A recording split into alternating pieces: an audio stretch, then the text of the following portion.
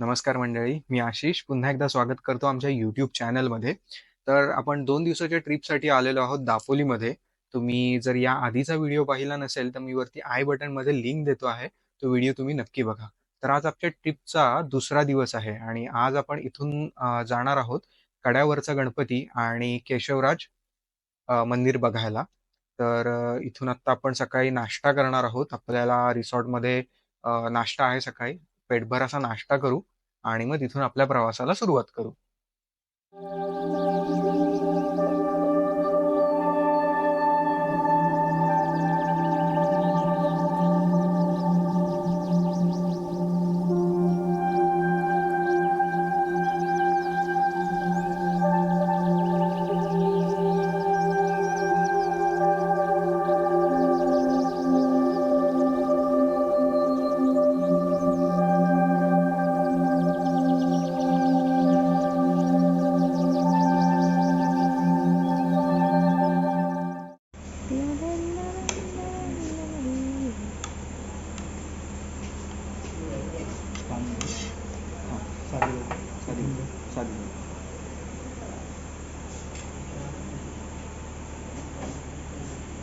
पोटभर असा नाश्ता करून झाल्यानंतर आम्ही बाहेर पडलो आणि आमच्या पहिल्या डेस्टिनेशनकडे जायला निघालो. डेस्टिनेशनकडे जाणारा रस्ता एवढा सिनिक होता म्हणून सांगतो ना.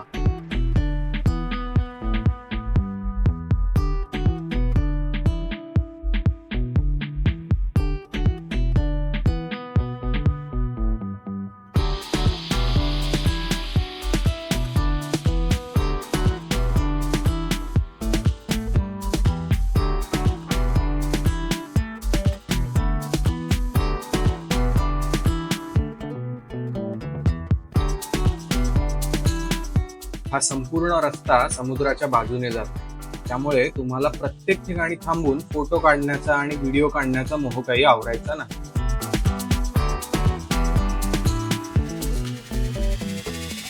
आजचं आमचं पहिलं डेस्टिनेशन होतं कड्यावरचा गणपती आणि इथे जाण्यासाठी 2 रस्ते आहेत.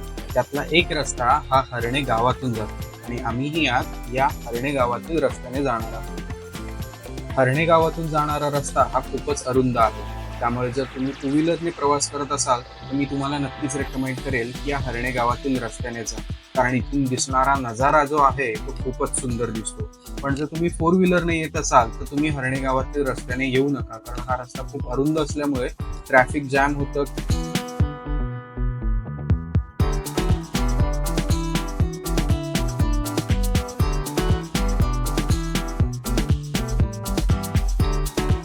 आता आपण पाहतो आहोत ते आहे हरणे बंदर आणि कनकदुर्ग फोर्ट.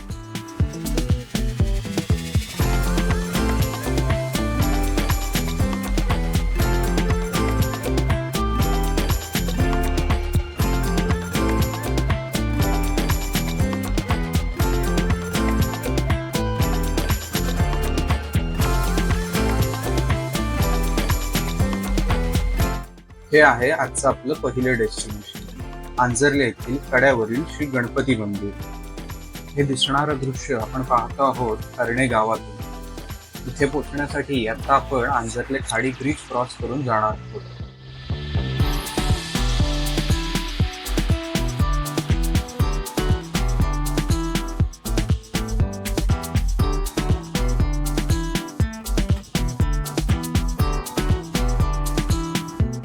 फायनली आपण आपल्या पहिल्या डेस्टिनेशनवर येऊन पोहोचलो आहोत.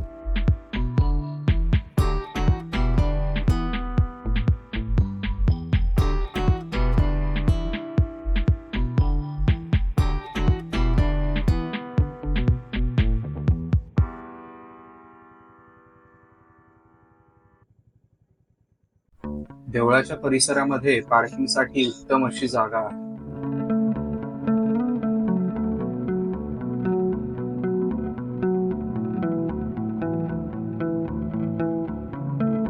हे आहे मंदिराचे मुख्य प्रवेशद्वार.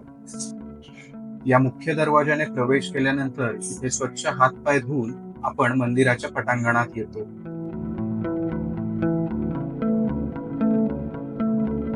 हे गणेश मंदिर डोंगरावर असल्याने त्यास कड्यावरील गणपती असे नाव पडले. देवळामध्ये फोटोग्राफी तसेच व्हिडिओग्राफीसाठी सक्त मनाई आहे. या मंदिराबाबत अशी आख्यायिका आहे की प्राचीन काळी हे मंदिर गावातील समुद्र किनारी होते. कालांतराने समुद्राची पातळी वाढून भरतीच्या वेळी हे जलमय होऊ लागले. नंतर सध्याचे मंदिर डोंगरावर बांधले गेले व गणपतीने नवीन मंदिरात प्रवेश करताच पहिले पाऊल डोंगर माथ्यावर ठेवले आणि दुसरे पाऊल थेट मंदिरात ठेवले.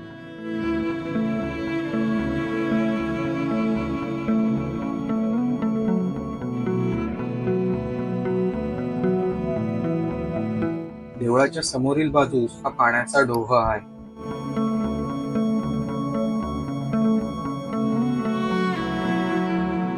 मंदिराचा परिसर हा अतिशय शांत आणि प्रसन्न आहे.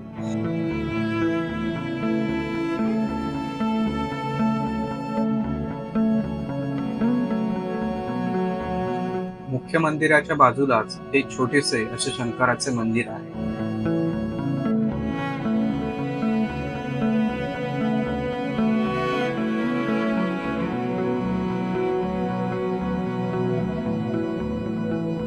मुख्य मंदिरामध्ये गणपतीचे दर्शन घेऊन झाल्यानंतर आपण या शंकराच्या देवळामध्ये नतमस्तक होतो आणि तिथून पुढे गणपतीचं पहिलं पाऊल पाहायला जातो.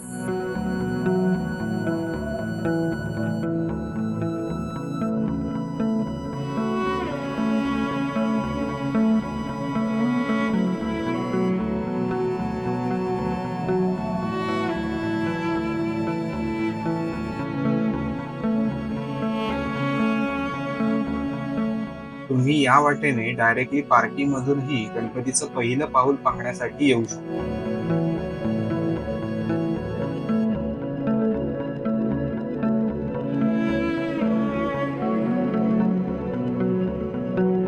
जांभ्या दगडाच्या या पायवाटेने आपण येऊन पोचतो ते गणपतीचं पहिलं पाऊल असणाऱ्या या छोट्याशा देवळापाशी.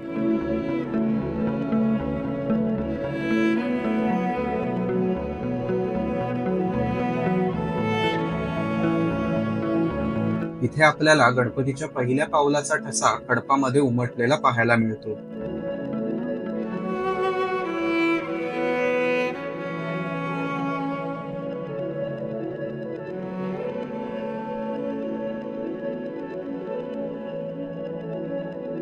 इथून आपल्या दृष्टिक्षेपात येतो तो आंजर्ले समुद्र किनारा, सुवर्णदुर्ग किल्ला तसेच आंजर्ले खाडी ब्रिज. हा व्हिडिओ इथपर्यंत पाहिला असेल आणि चॅनलला अजूनही सबस्क्राईब केलं नसेल तर चॅनलला सबस्क्राईब करा, जेणेकरून असेच नवनवीन व्हिडिओ तुमच्यासाठी घेऊन यायला आम्हाला प्रोत्साहन मिळतं. गणपतीच्या पावलाचं दर्शन घेऊन झाल्यानंतर आम्ही या स्टॉलवर येऊन थांबलो. इथे विविध प्रकारची सरबत, लोणची, पापड तसेच कोकण मेवा विक्रीसाठी ठेवला गेलेला आहे. उन्हातून थोडा गारवा म्हणून आम्ही इथे सरबत प्यायलो आणि आमच्या पुढच्या डेस्टिनेशनला जायला निघालो.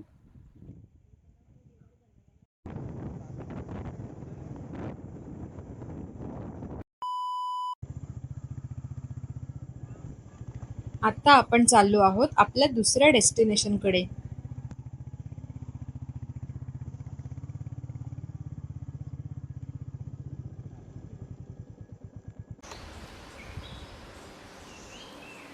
इथे पोचल्यानंतर गाडी बाहेरच रस्त्यावर पार्क करून आपल्याला साधारणतः 1 ते 1.5 किलोमीटर चालत जावं लागतं.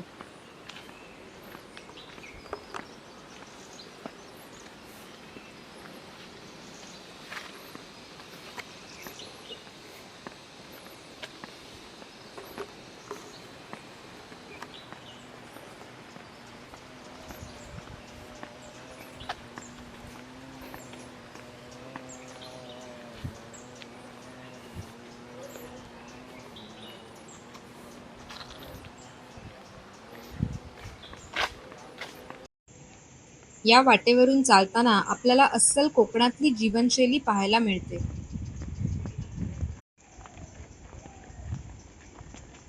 उंचच उंच नारळी पोफळी, आंब्याने बहरलेली झाडं, फणस आणि काजूचा सुवास आणि सोबत पक्ष्यांचा किलबिलाट, हे सगळं या वाटेवरून चालताना आमच्या सोबत होतं. याच सोबत बकुळीचाही सुगंध येत होता.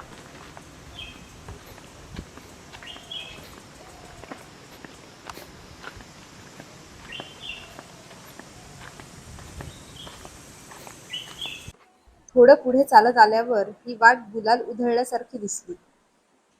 या गुलाबी फुलांनी आमचं लक्ष वेधून घेतलं ते जामच्या झाडाकडे.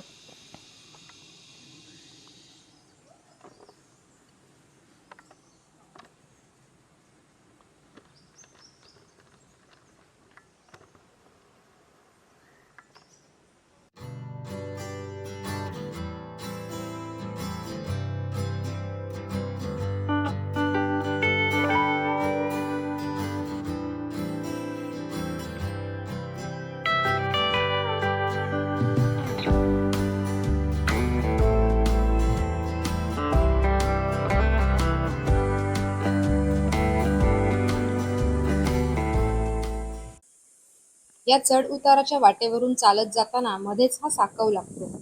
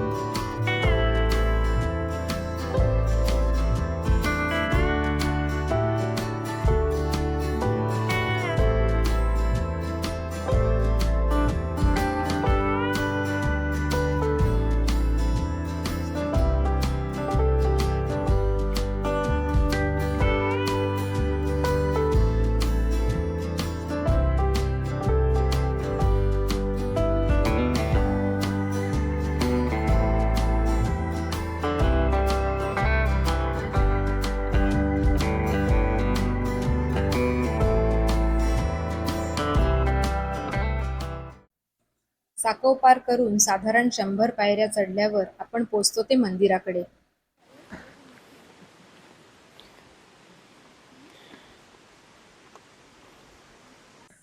हे आहे निसर्गाच्या सान्निध्यात वसलेलं केशवराज मंदिर.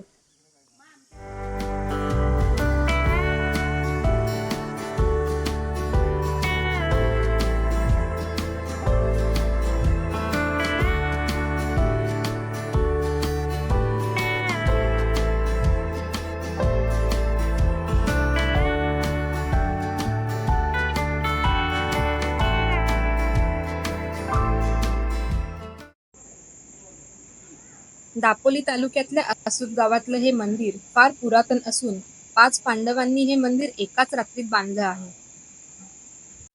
भगवान श्री विष्णूचं जागृत देवस्थान म्हणून हे मंदिर प्रसिद्ध आहे. देवळाच्या मागे घनदाट जंगल आहे. श्रीदेव लक्ष्मीकांतांची मूर्ती 3.5 फूट उंचीची आहे. ही मूर्ती काळ्या पाषाणाने बनलेली असून पूर्वाभिमुख आहे.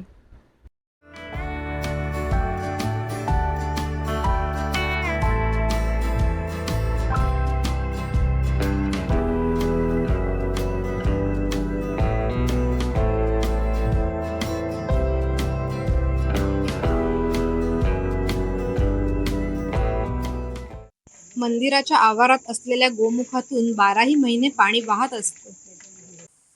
आंब्याच्या बुंध्यातून जिवंत झऱ्याने येणारं हे पाणी अतिशय शुद्ध आहे.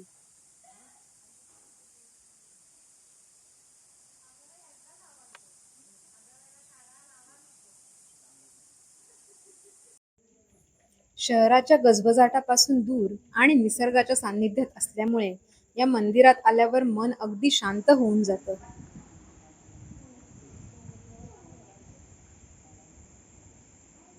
मंदिराच्या परिसरात गणपतीचं एक देऊळही आहे.